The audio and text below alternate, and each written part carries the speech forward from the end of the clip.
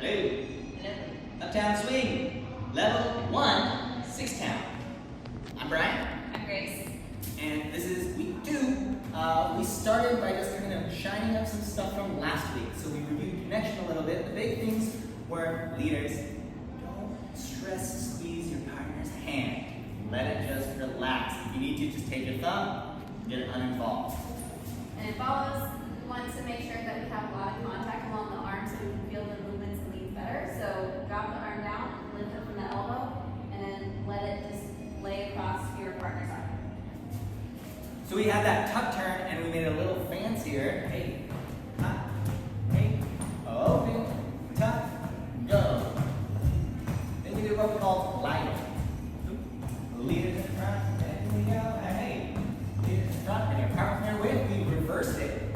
Followers, that's leaders. Hey, followers, leaders. And that's what we did. We'll see you next time.